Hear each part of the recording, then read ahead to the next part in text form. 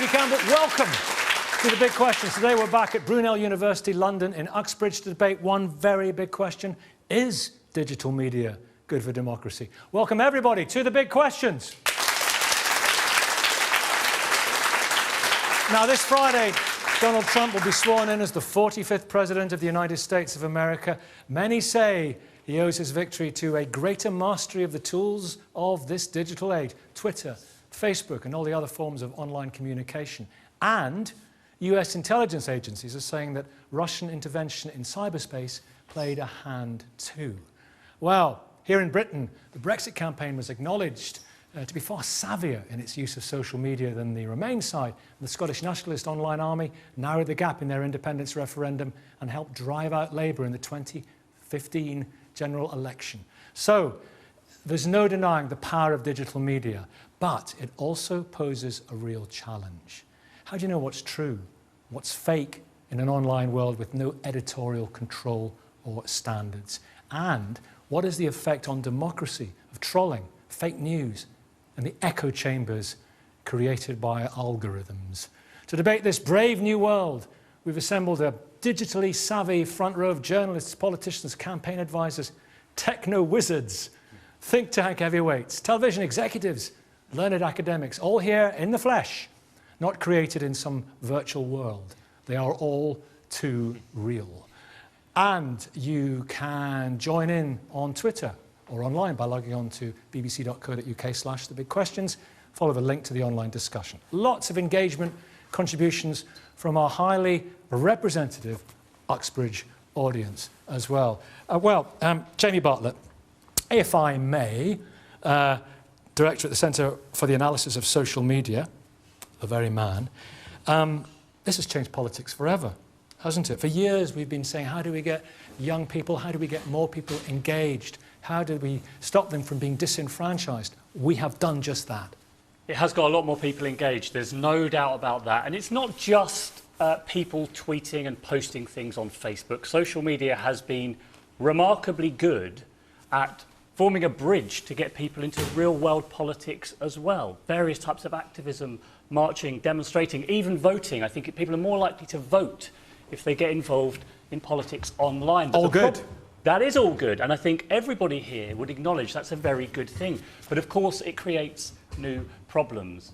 And those problems, I think, we're only just beginning to grapple with. I think it's making politics, in some ways, far more polarised, far more difficult to predict or control. In many ways, Donald Trump is the perfect politician for a digital age.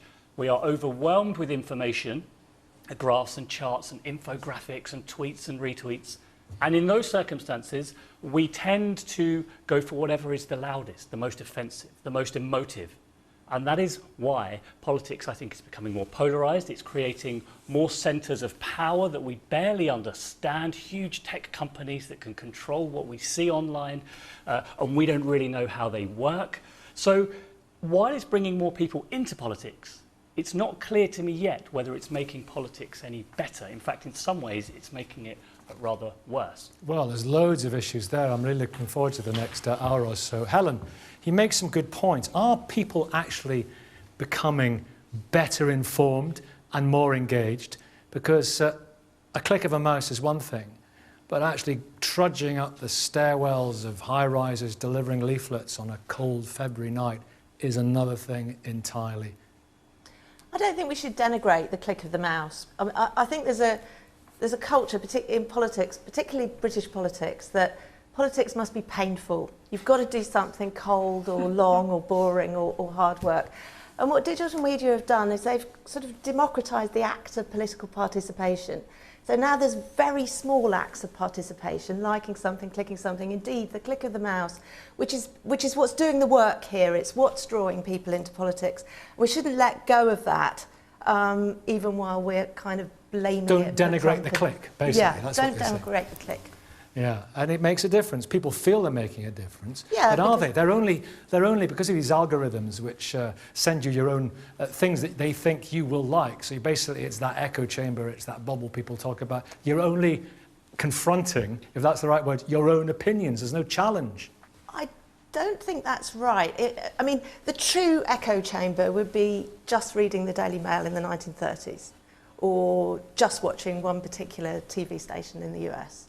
That would be a real echo chamber. And I don't think that of course, our social media environments are personalised by us and personalised by the social media platforms, and we need to kind of work against that. But I do think still that our kind of information environment, and there's research to show this, that people are exposed to more news sources on social media than people who don't use social media. Only the news sources they agree with, though.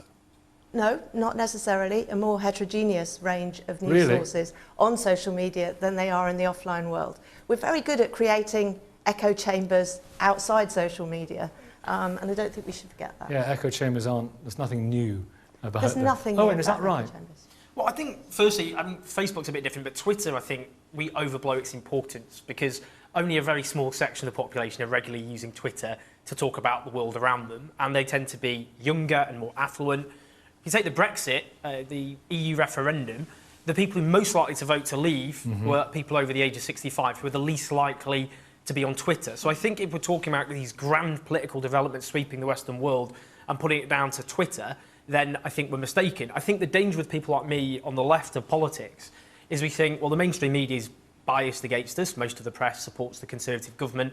So let's retreat to Twitter. I think that's a mistake because most people, they come home at the end of the day, busy day, got jobs, got kids. They might listen to a bit of radio, watch the evening news, maybe flick through a newspaper, and that is how most people still get their news coverage. So you get a false impression of what's happening in the world, in a sense, well, rather than all this. Because Helen's saying you get all this information, you're better informed than ever, but in fact you're saying there's something of a political mirage about it. I think when it comes to Twitter, I think on Facebook, you've got someone here who did an excellent job for the Conservatives. You won't often hear me saying that about people on that wing of British politics, but he did, because what they did with Facebook, it wasn't about joining Facebook groups, which is, again, just people who often agree with each other. What the Conservatives did is they targeted specific demographics, because millions of people use Facebook. They're not talking about politics again on Facebook. They're clicking on photos, sharing funny messages with friends. But they targeted adverts at specific demographics.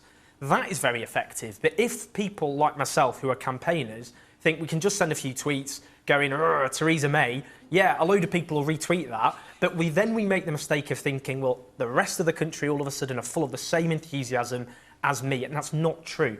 So Twitter has its use, it can mobilise campaigners, put issues on the agenda, but it isn't a substitute, unfortunately, for trying to have a strategy to deal with, yes, a very hostile press. The aforementioned Tom Edmonds in a moment, but Ellie, you want to come in at this point? Yeah, I think there was a point made earlier that social media, which I think is a great new tool, it's just another kind of technological advance in the way that people can communicate with each other, and that's to be welcomed, makes it politics harder to control or makes politics more polarised. I think most of us, myself included, would welcome that, because having more ability to have an argument, having more scope to have a debate and have more people involved in the conversation is always a positive. Certainly Twitter is a very kind of closed shop in the way that it's mainly young people and media commentators. Myself as a journalist know that.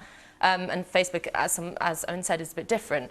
But the idea that this should be, what kind of frightens me more about social media isn't necessarily who's on it and who's talking about it, is the attempts to control it, the attempts to make Facebook and social media and Twitter put out certain messages or be worried about what messages they're put out, and kind of the drive to censor social media is something that we're supposed to be That's talking a fascinating area. I'm going to address that a little bit later on, because we'll have lots to focus on there, with the trolling, with the vile abuse, with the fake news, with the false news and all that. That's all to come. But you were mentioned, Tom, in dispatches by Owen Jones in a congratulatory tone because of the brilliant strategy that you came up with for the Tories in the last election online. What did you do and how did you do it? Well, broadly, political parties use online communications for two things. So the first thing is to find and recruit supporters who will go and take those vital actions to support them primarily offline, as other panel members have mentioned. So it's the people who are going to go knock on the doors, because nothing beats that face-to-face communication. The second thing they do, and we did in the 2015 campaign, is to find and reach out to those swing voters in the marginal seats that are going to decide that election and speak to them about the issues they care about. Now, if you imagine an election campaign, you're speaking from anyone from as diverse as Lib Dem voters in the southwest to Labour voters in the north of England and in Scotland as well. So you need to speak to them about issues they care about. Now, what Facebook allows you to do is find those groups of individuals and speak to them about the issues. You can't have to work quite hard to find Labour voters in Scotland, but there we are. Nowadays, yes. So that's what you did, very, very targeted, very focused and very successful.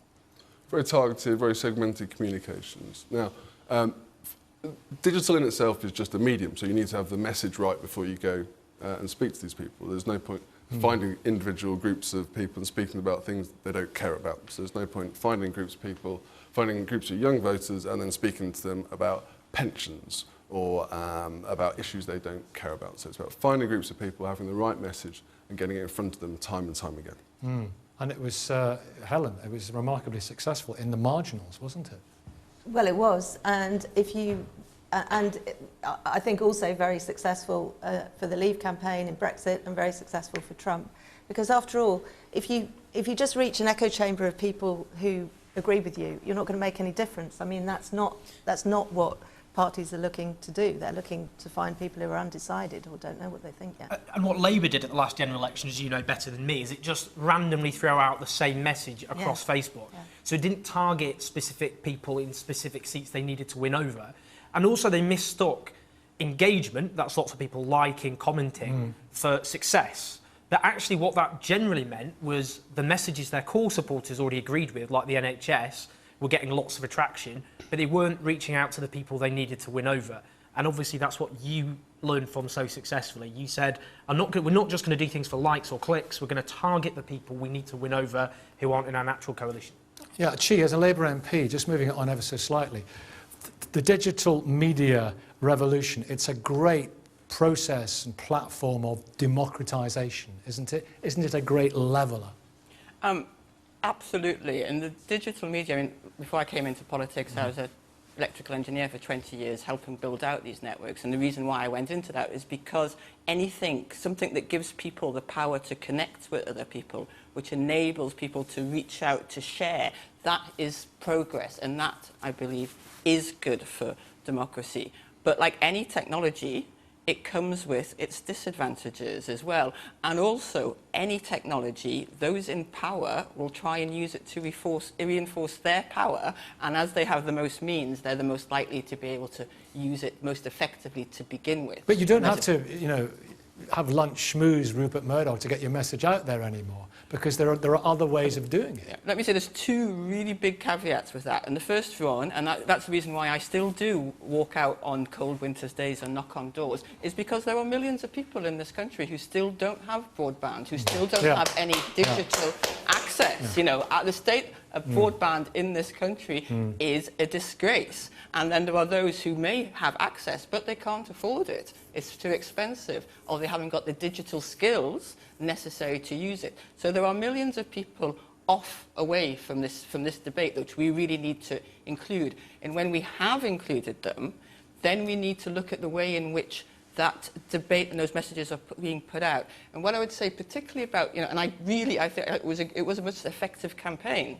the Tory campaign in 2015. Spent, I think it was it 10 times more than Labour on Facebook. But the other point is that those messages came with adverts down the sides. You know, and when I am reaching out to my constituents, and Facebook enables me to do that, and I do use that, but I'm very aware that if I'm asking them about how they feel about obesity or something, there's going to be adverts for, you know, well-known fast food places down one side, and there's going to be messages which are calculated on the basis of algorithms which are entirely, you know, invisible, entirely opaque, which we have no knowledge of. So what I would say is we need to update the system feeds you with the system feeds you with things that they know you will like because of your previous clicking habits. Just to highlight that for people. Carry on. Yeah. So we need to update, you know, the regulations basically to make sure this fantastic opportunity is fairer and is accessible to people and is used to support and enable people and not to feed them the same messages. Ali, you don't look happy. The word regulations riles my you, backup. Yeah.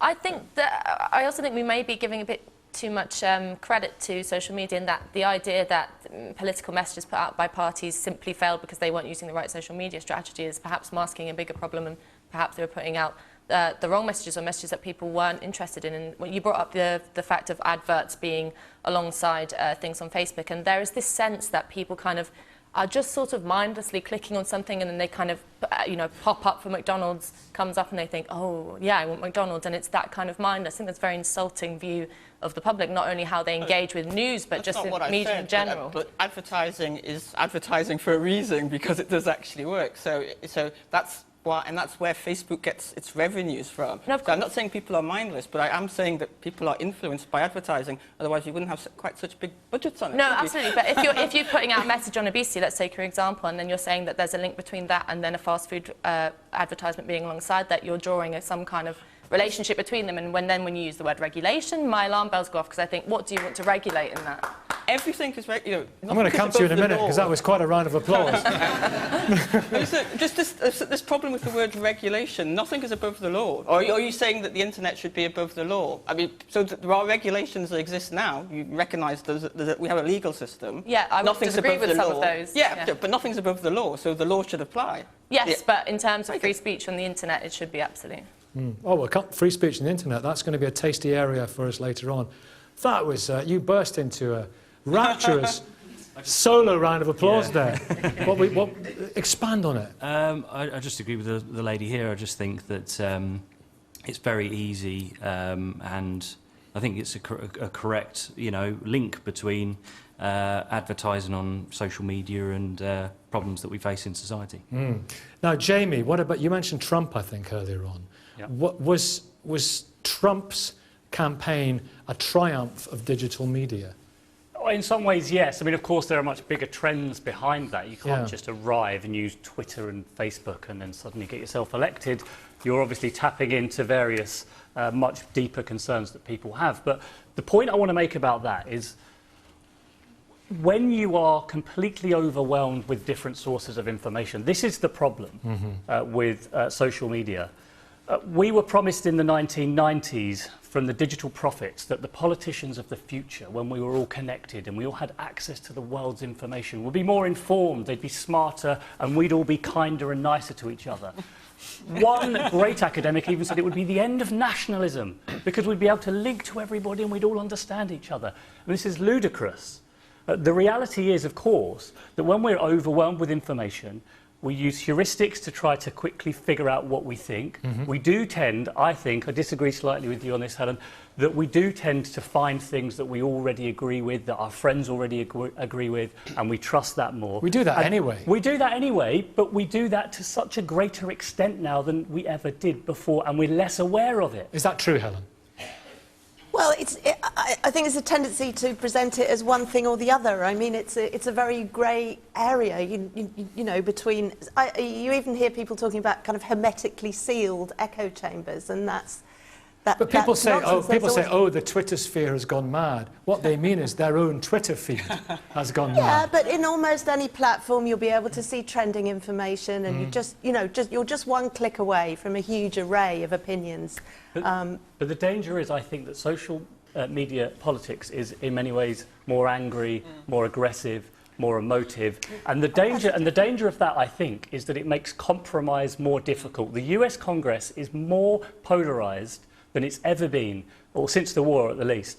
And I think that's happening in a lot of different democracies, and part of the reason is the way that we do now. Most of us, not everyone, but most of us engage with politics. That makes compromise more difficult, and I think that is going to make politics much more difficult in the future. But I think, look, all our societies have become more polarised, where, you know, people, whether it be Trump in the United States, Brexit here, across Europe, the rise of the populist right, we've become far more divided as society. It's not obviously social media that's caused that. Social media is amplifying aspects of it, though, because people communicate on social media in a way they would often never dream of speaking to each other in real life. They often, it encourages a pack mentality, where you do get groups of people... It's like the mob in the French Revolution. But I don't want to get like that, because that does sound kind of... Because it is good that it's good you can democratise information, that lots of people can make somebody says something, for example, on Twitter, and I was on holiday and I looked online on the phone to see what was happening in the newspapers, and there were 3 stories of people who'd said something on Twitter and had had the fury poured upon them for doing so and had to delete the tweets and had to apologise. And so is that really good for freedom of speech? No, that's not, because you do end up with a situation now where basically people often, if they make a mistake or they say something which is obviously quite inflammatory or divisive, then a group on Twitter will basically coordinate and relish taking that person down. Yeah. And they will throw everything at them. And if you're in the middle of a Twitter storm, John Ronson wrote an excellent book about this, about people shamed on Twitter. Yes, he did. It can be a terrifying experience where random strangers all over the world are suddenly screaming at you. It can be quite threatening and menacing. You even get a phenomenon, so-called doxing, where people will expose your personal information, go through your backstory, everything possible, try to get you sacked by your employer. So it can be very menacing. If and the mainstream newspapers feed off the back of it and have stories about that very thing happening and people being shamed for saying something that some of the papers reporting on it actually agree with. Yeah, well, I think that's the other problem, because this is the other issue, though, because we look at social media as though this is a new phenomenon, but there's a very long history of our very politicised media finding individuals who they disagree with, hunting them down, having reporters outside their front doors, going through their private life, going through the private lives of people around them. So yes, we should hold social media to account, but we should also hold to account our mainstream media, which is responsible often for disseminating false news, for targeting individuals they don't agree with, and humiliating them. So yes, let's have that concern, but I think we should talk about our press as well, which is often out of control itself. OK, that's something we'll skip on to in just a second. Is this good for freedom of speech, then, if people feel intimidated, Jamie? No, I mean, there is always I think there's a danger with social media, and I'm in favour of. I think social media and democracy work in some ways very well together, and I think the positives do outweigh the negatives. There is definitely a sense, though, that a lot of people, and I feel it myself sometimes, of self-censoring, fearing to put something online that will I be attacked for that? Is it the right thing to do? And just avoiding the scandal, avoiding the mob, avoiding saying something that might cause offence. What did you want to say? Well, I'm definitely not going to say it now. Well, if I did, I might get some retweets and YouTube views and all the rest of it. So, and that is a danger, especially given that anything that you post stays online forever. And so you might be called up for something you did 10 years ago that is then waved in front of you, and you lose your job or you have people complaining about you. And that has a real chilling effect, because people will be afraid of ever speaking their mind. And Tom, is this something you take into account when you're employing people, for example? Do you have to look at their Facebook history and their... Absolutely, and we notice increasingly, for example, if a political party wants to use a real-life case study for a film, a party political broadcast, a poster campaign, etc., you would look into their background, and you find increasingly when you look at people from a younger generation, when you look at their Facebook feeds, when you look at their Twitter feeds, they are saying stuff that kids aged 16, 17, 18 say, which, when I was 16, 17, 18, I was saying stupid stuff as well. Or you find they will have liked something from Unilad or the Lad's Bible or something like that, which we know that this is just part and parcel of being young and being a bit stupid and making mistakes, as we've all done. But taken out of context, suddenly it blows up and becomes a thing. Now it's written in stone. Well, exactly, and I remember a case, I suspect others in the panels will know the details more, but a youth police crime commissioner, I think she was in Birmingham, who had sort of put her head above the parapet for a job. I think, Yeah, maybe, yeah. Put her head above the parapet for a job, and then the press went over her tweets, as they are. It's their right to do, and they found that she said some stupid stuff, as we've all done, and suddenly she became the #1 victim in the country, the #1 criminal in the country. They put her face all over the papers, and she had to resign. Now, I'm not arguing the rights or wrongs about what she said, but increasingly now the things we say when we're younger are being held against us because it's a permanent record online. Dan, you want to come in? I'll be with everyone. Well, I don't worry. think these things are important, but I'd like to get us on to fake news, which I think is a cancer in the system. I mean, the information is the lifeblood of democracy, and fake news is a terrible thing. But Owen's saying fake news is nothing new. Well, we've seen the rise of it, but we've really seen the rise of it on social media in the US. Have we not had fake news in the mainstream media? The Pope supports Donald Trump, Hillary Clinton part of a paedophile ring. I mean, these things are nonsense, but they're very serious nonsense. And I think they're clearly nonsense, aren't they? Well, the thing is, I think that we've got an election coming up in 3 years' time. There is some evidence to suggest it's had an impact on the democratic process in America. I think we need to find ways of stopping that tide reaching these shores over the next 3 years. Although I think that social media and the internet are fundamentally good for democracy, they disseminate information, they encourage participation, this fake news needs to be stamped out. But what, I think the responsibility for that lies with social media companies. But what's the difference I don't between... think they're being responsible enough about it, and I think they need to be called out on Okay, that. are they tech platforms or are they publishers? That's a very Well, interesting... but the clue's in the title. They're social media platforms. Yeah. So I don't know why they're saying they're not media companies. On this fake news business, some of these fake news stories are so blatantly ludicrous. Surely most people must think, oh, for goodness but sake. we saw... But which is more insidious, that or some of the misreporting and misrepresentation and distortions that we've seen over the years from the mainstream media? Which is more dangerous? Well, I think they're both dangerous. There's a big difference between those two worlds, though, which is that, particularly for television, it's a much more regulated world. There are rules. There's a third-party independent regulator who can investigate complaints. The social media is the Wild West. It is absolutely the Wild West, and that's a problem. But look, if back in 1984, during the miners' strike, a very divisive moment in British history, there was this infamous Battle of Orgreave, an infamous battle right in the whole struggle. And the BBC, I'm afraid to say, at the time, they put the tape in a wrong direction because originally, as Liberty said, the human rights organisation, it was a police riot, the police had to pay compensation. And they put it in the wrong direction, the BBC, yet to apologise for it, incidentally, because, and made it look like the miners had attacked the police. The other example, infamously, is Hillsborough, where the Sun newspaper spread false news, fake news, about Liverpool fans with absolutely horrendous consequences. So we should take on fake news. Two big incidents over the last 20 odd years. The old media as but well. This happens every day on Twitter and the Twitter sphere and digital media, fake but news I think stories. often well, look, I mean, whether it be about immigrants, Muslims, unemployed people, benefit fraud, I think all of these are issues which are either exaggerated or distorted often as well by the mainstream press, which play into people's prejudices, where you end up, for example, with disabled people who've been, as disabled charities have said, abused on the streets as a consequence. I agree. That's because often But of you the can mainstream complain press to somebody, with the, as Dan says, with the so-called mainstream media, the MSM, you can complain. There is, again, theoretically, there's redress, isn't there? In theory, but I'm afraid to say often the way the media operates in this country is that they often behave still with impunity. You'll get corrections on page 22 in a tiny little box. So yes, obviously we should take, I'm not saying we shouldn't take it seriously, absolutely we should do that. False news, which is deliberately fake in order to play into the prejudices of very angry sections of the population. But I just don't think there's enough anger about the... Andrew, I'm coming to you, don't worry, because Andrew's got a lot to say on this and knows a lot about it, but Will is a fact checker. And we spend You our must time be a not very only- busy man at the moment. It's been a tough year.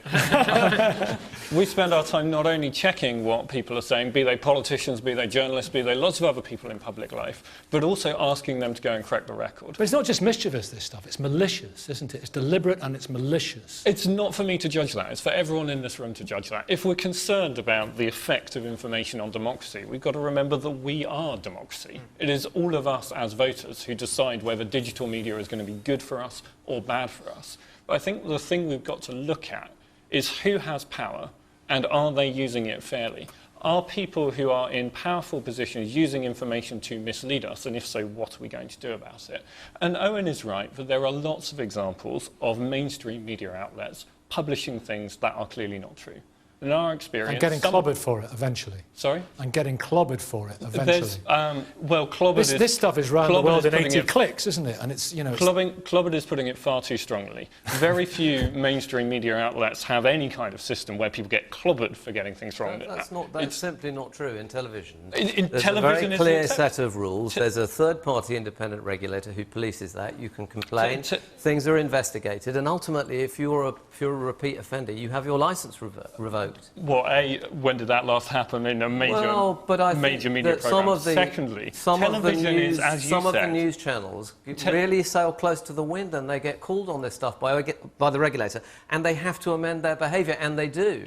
Television, as you said, is the most regulated, and it's absolutely right that they have the strongest kind of set of rules around accuracy and the greatest caution. It's nonetheless the case that at least one of them has the informal slogan of never wrong for long. We'll get it on air as quickly as possible and we'll correct it if we need to. Television and radio have very strong rules. Newspapers, which are highly partisan, don't have the same rules. They have a whole range of things. Some of them will correct things very quickly, and very fairly when we ask them to. And Some of them will simply ignore corrections requests. So there's a whole range of stuff going on. How long does it take to check think a fact? How long does it take to check a fact? Usually about a day. A day? To turn around a really solid fact check where you've looked at all the sources, you've talked to experts where you need to. Where As you I can say, it's give been people around the world twice on the Exactly digital so. media by the time So you've the checked thing- a fact. So the thing that really matters isn't actually whether media outlets get things wrong once, it's how often things get repeated, because that's what's really powerful. Yeah. So if they do correct things when we point it out or when someone else points it out, that can do a lot of good, but not all of them do it consistently. Now let's talk about social media for a minute, because there are kind of two things going on with social media. One is that all of us can share whatever we want with whoever we want, and that's amazing. That's democracy writ large, and if you don't like the consequences, then change your voters. I.e., it's up to all of us to do a better job as voters. The other bit is people in positions of power, be they the social media companies or be they the advertisers on social media, using that platform either fairly to the users or unfairly. Now, the thing we don't know, when the political parties spend hundreds of thousands, millions, I don't know, advertising, is what they are saying and to whom. It has never, ever been possible before to reach millions of people in this country and have the other millions of the people in the country not know. You couldn't take out a newspaper advert and have the rest of us not see it. So now we have a whole set of political advertising that is completely unscrutinised. And that's the thing that I think we should be a bit worried about. Dan's agreeing with you Social on- media is invisible to the rest of I us. think it's the fact that it's unscrutinised is basically Dan's point. Dr Andrew Calcutt, if I Can I may. just make a point You can in a minute. just about trust? You can in a minute. I'll come back to trust. I'll come back to trust. Because the Trust me, rules- I will come back to it. But, or I'll apologise. But Andrew hasn't been in yet, if I may. And I know, Laura, I've got to come to you yet. I think everyone's had a say and we'll have far more of a say. But Andrew, journalism, humanities and creative industries, that's your thing, Yep. as a Dr Andrew Calcutt. In this, we're on false news, we're on fake news now. But in this cacophony of calumny and falsehood, is the truth dying? Well, I think the idea that democracy is threatened and truth is destroyed by a bunch of spotty youths from Macedonia coming and vote, it's just ludicrous. And equally risible is the CIA, of all people, complaining about state agencies interfering in the business of other sovereign nations. I mean, you couldn't make it up. I think, though, that I think some of my fellow panellists are really trying to do the jigsaw by just the first couple of pieces that come to hand. And I think, really, if we take a step back and look at that question, it's kind of too early to tell whether social media or digital media are good for democracy, because we're not in one. We're not in a democracy. We're in an era of something like zombie politics. So if I may, it's a little bit like, was it Deng Xiaoping? Was it when asked Yeah, about it's too early to tell. the French Revolution? And he said, did it work? It's too early to tell. Yeah. It's a little, I don't know if it was Deng, but it's a little bit like that. We're in an era of zombie politics where the majority population is noticeable by its absence. And professional politicians have been like a kind of medicine show, spooning out what the majority population is supposed to accept. And you're meant to just take your medicine, and if you don't take it, you're decried as being a deplorable. And guess what? In the last year, major sections of that population have said, we're not going to be the studio audience anymore. We're going to walk out on that scenario. And so, with all due respect, I think a lot of people sitting around the inner circle are indeed in the inner circle.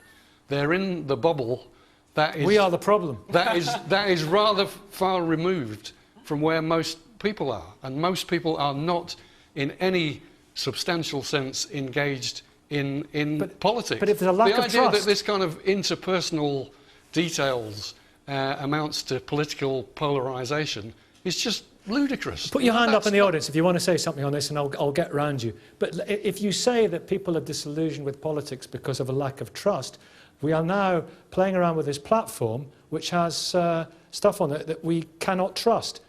In there's a paradox somewhere, Dan, isn't there? Well, yeah. I mean, I'm particularly interested in this question of, rules and regulations, because the most regulated part of the media is television.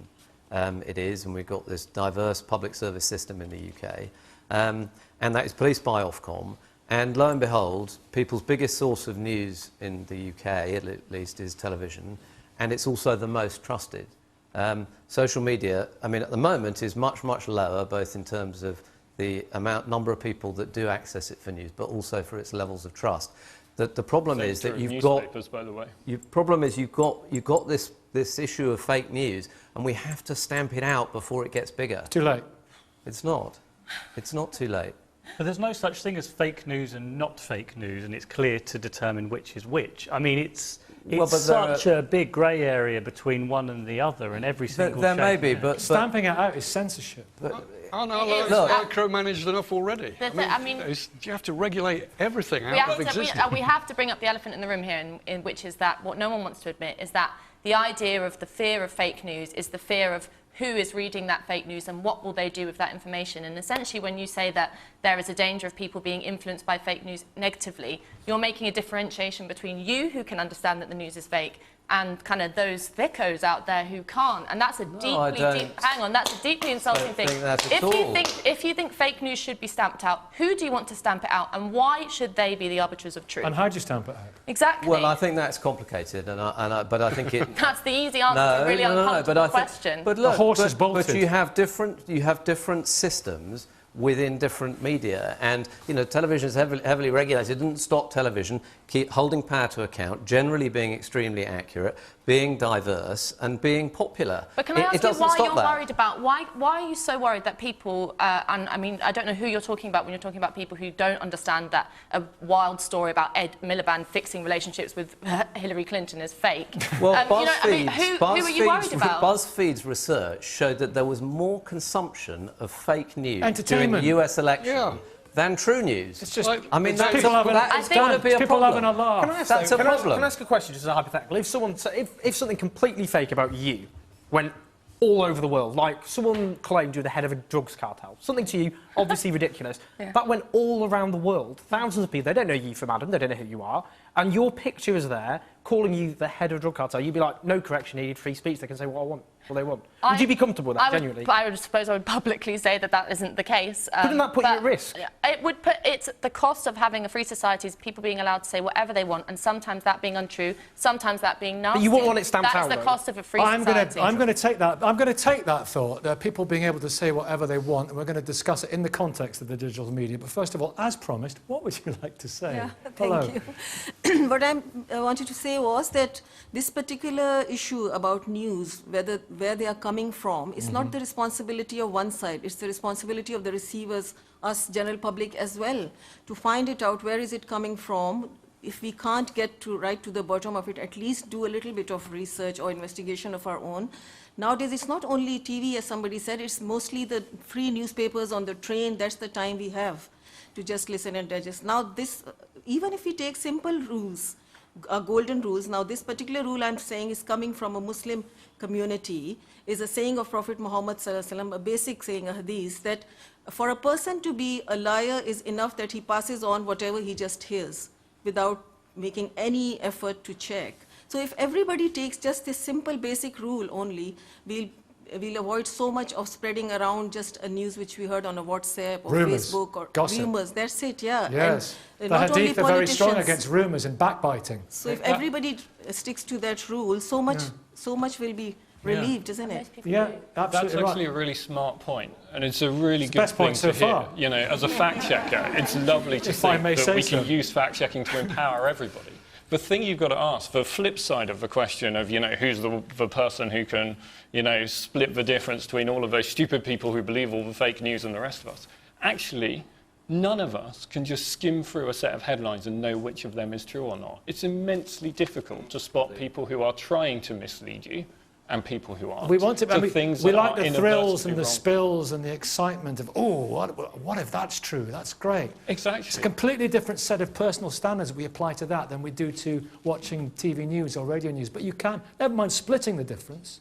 Here's somebody who made a difference.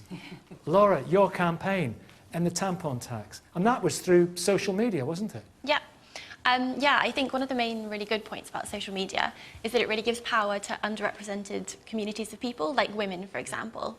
So, like, tampon tax has existed since 1973, and people have campaigned for generations to end tampon tax.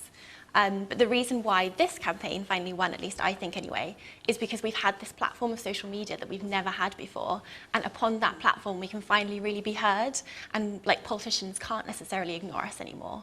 So I think that's one really, really good and like an important point of social media, that individuals can really use it rather than like political parties or maybe like news outlets. Like, it gives the individual back power, and then communities that are underrepresented power as well. There's loads of examples. Things I'm interested in, the whole pressure on SeaWorld in Florida with the Black Lives Matter campaign. Yeah, the Black Lives Matter campaign, your campaign. But it's not just a click, isn't it? Because it's what you were saying earlier on, Helen. It's 1 million clicks, or it's 100,000 clicks, whatever it is. The clicks scale up to something really significant. Also, like, people don't just click and then do nothing else, or they don't just like scroll through. Exactly, and people don't just scroll through, like Change.org, for example, and just like click on every single petition. They don't.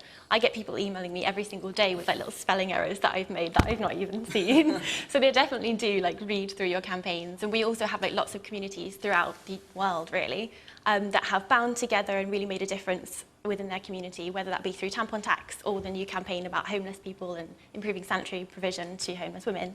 Like, lots of people do stuff physically that's inspired by... Did you get any abuse and vile trolling as a result of your campaign? I did. I think, like, especially as a woman or like a feminist campaigner online, you're just open to that, which is really sad. But like, I found that online trolling is actually a really important form of sexism that I've like incurred anyway, in that it's really obviously documented and it's evidence to show that like sexism really does exist. Shocking. And it's, it shocks people, but like women face sexism on an everyday basis. Not like and that. Lots of people basically say, oh, sexism doesn't exist. Like, we have never experienced it as men, for example, so therefore it doesn't. But some of that stuff is psychotic. It's not just, you know. Yeah, but I mean, it's just evidence of feelings that are like evident throughout society. And if that comes out online, that's in a way a good thing, because it shows that sexism really does exist and we need to tackle it. It's lifted up the stone. What about so many female MPs from all sides of the chamber of the political divide have had some dreadful stuff? And what's that about? What's going on? I think it's about, I mean, it's the power of the network that you're talking about with the tampon tax, you know, and networks before were, you know, old boys networks, or they were for the powerful, whereas now we can have networks for everyone to come together.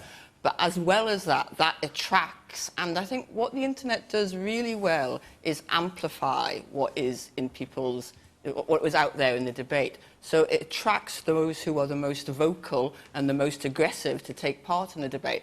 And what I really dislike, and I know about you, is this idea that if you respond to that, you are feeding the trolls. You know, I think that women have to women and everyone needs to put their voices out there, and we need to take back that space. We need to take back the internet space.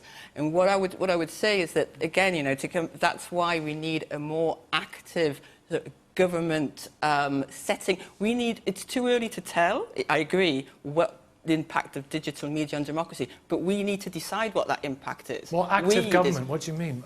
Well, we need a government, for example, is looking at the issue is protecting free speech, but also against hate speech online, for example. But if you were to meet one of these people, and very often Owen did, you know, they're not very impressive human beings, some of these people. They're pretty sad individuals, but they're, you know, they become these sort of keyboard warriors, and as Owen said earlier on, they say things to you that they would never say to your face. That's not representative. It's just brought out a sense of, it's empowered some rather pathetic people. Well, it's empowered, if you like, the wrong people, but there needs to also be sanctions. It needs to be sanctions, and this is the point about internet. No, it's empowered the wrong people. It's empowered the wrong people when they're attacking and trolling. Yes, and there needs to be sanctions. And I'm very interested the idea that you don't believe there should be sanctions online for the sort of behaviour which in the street, if somebody attacked me in the street in the way they do online, there would be sanctions. And what I'm saying is that regulation that applies in real life applies also Helen. online. I don't think there should be any sanctions empowering the wrong on people. speech in real life or anyone else. And, you know, the phrase empowering the wrong people is so terrifying to hear from an elected MP. I mean, that is just shocking to me, because what this is really masking, and the question about women is so interesting, because so often censorship online is couched in terms of protecting women, protecting minorities. And what that basically is saying is that women cannot handle really sometimes quite awful abuse online, as well as men. To me, that's deeply... But it stops women putting their head above the parapet wanting to stand for Parliament, for example. Hang on. If you are a public figure, and if you're a public figure, especially if you're an MP, you should be able to accept that you are talking to the public, and the public should be allowed to talk to you. Now, sometimes that's particularly nasty. Actually, the majority of so-called sexist abuse that MPs get, and I'm thinking about certain MPs who are very vocal about it, Jess Phillips, Yvette Cooper, is actually just criticism of them. But hang on, if somebody came to your rather rude constituency criticism. surgery and said, I think you should be raped, you wouldn't say, hang on a minute, I'll be with you in just a second. Yeah, You know. is that what you said?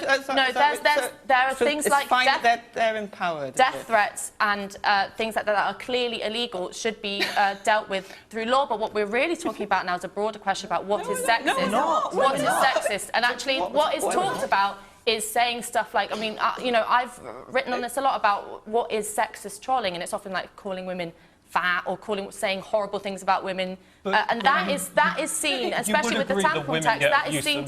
Jamie, where are you on I don't this? think so. Jamie, Just to say that women are...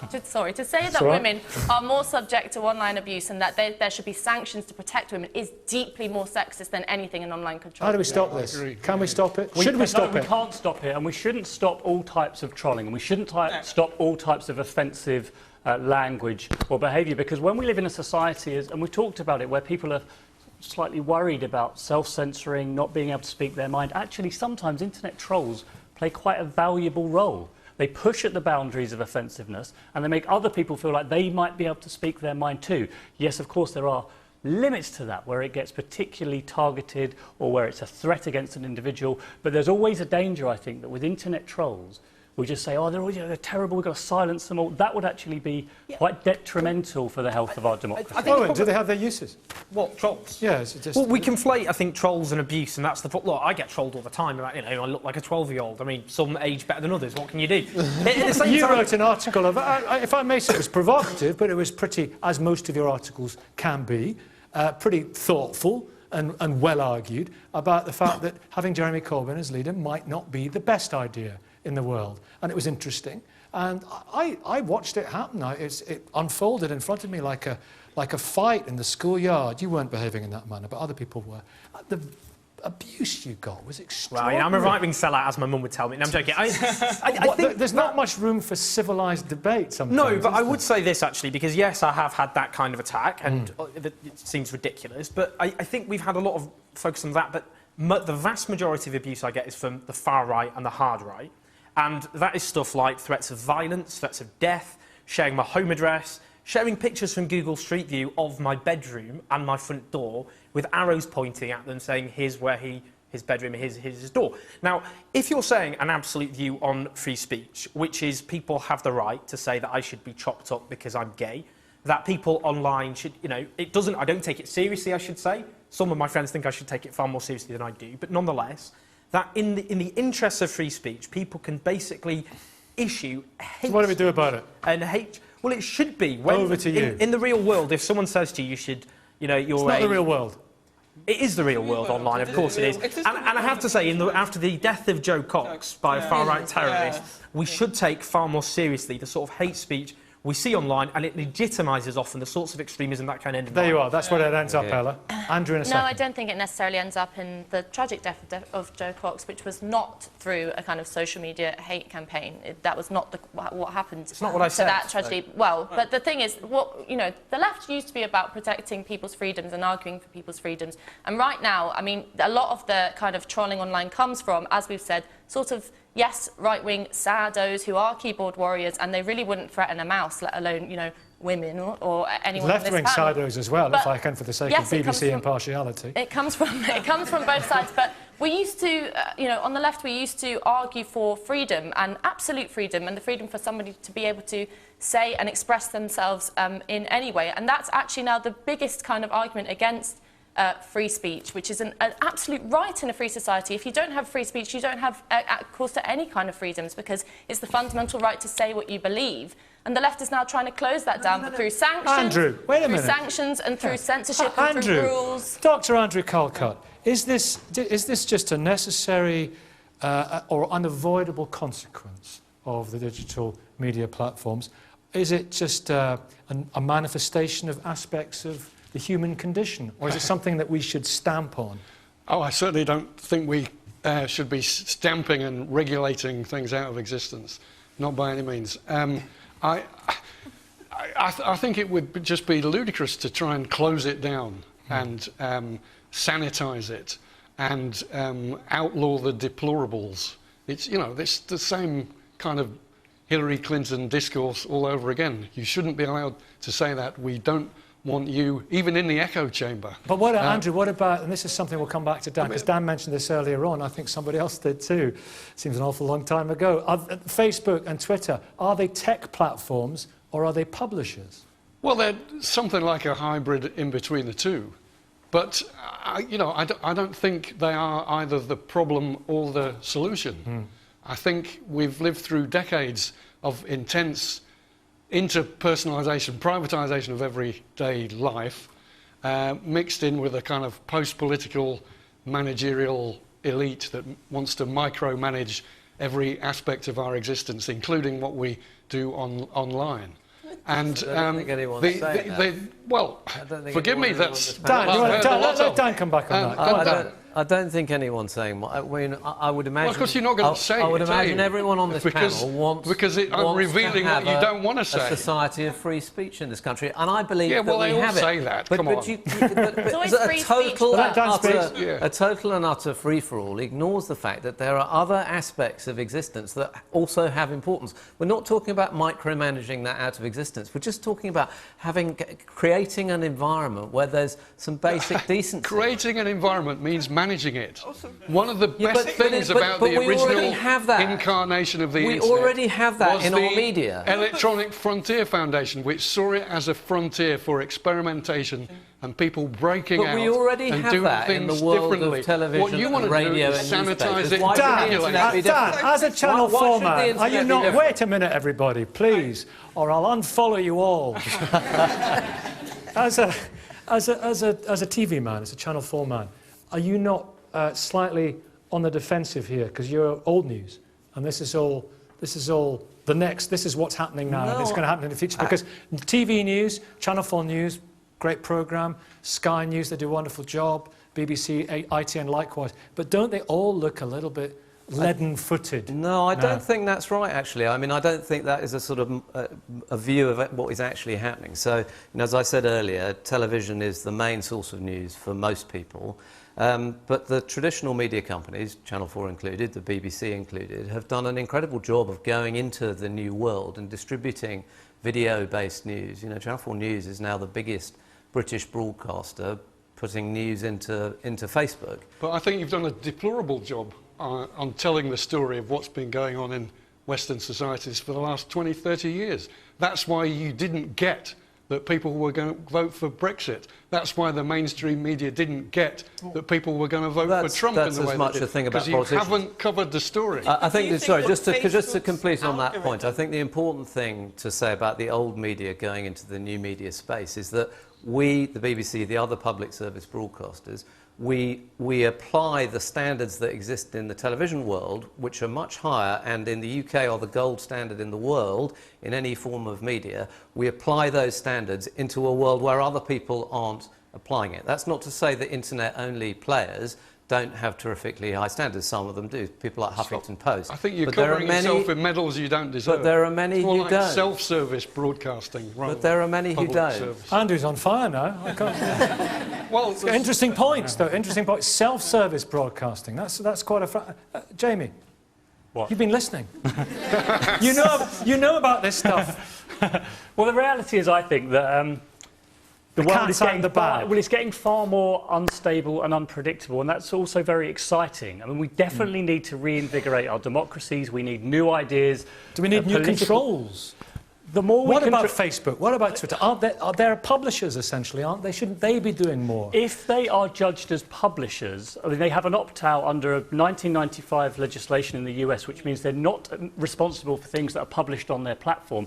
Because if they were, they would probably collapse immediately because they'd have to check everything before it was posted. And we're talking about millions, billions of pieces of content. You could go on right now, you could find, it's not possible you could find to do. IS, you can find vile Islamism, you can find vile Nazism, you can but find it's not possible Holocaust for them denial. to actually check everything all the time as opposed to it's simply too much. But they have a moral imperative to do significantly more than they are doing. At the moment, they have immense power as companies, and they are simply not exercising enough responsibility. I think we're mixing up two things, or Dan, really, with respect, I think you're mixing up two things. One is that we all, as individuals, are on social media, and what we do as individuals is our business, and everyone else can mind theirs. There are also lots of people publishing on social media who are organisations who are doing what used to be only the remit of proper journalists with proper, hopefully proper journalistic standards. And obviously, as a professional journalist who lives by those standards, you're offended to see people purporting to do that and not living up to those standards. Those are the people you have a beef with, and I think we need to be... No, I have a beef with people who are outright lying, and also people who are doing it for their own, simply for their own financial ends. Yeah. Before we even get to political influence. Helen, I haven't heard from you for a while. The point is that social media platforms are now, to some extent, kind of institutions of democracy, if you like. I mean, they are where our democracies are played out. They're where our campaigns take place, where our elections take place, where our governments act, where the president-elect is actually making policy. But they've only been there for about 5 years. They've only been around at all for 10, and they've only been kind of intertwined with our political systems for 5. So I suppose it's not surprising that we've got a lot of institutional catch-up to do.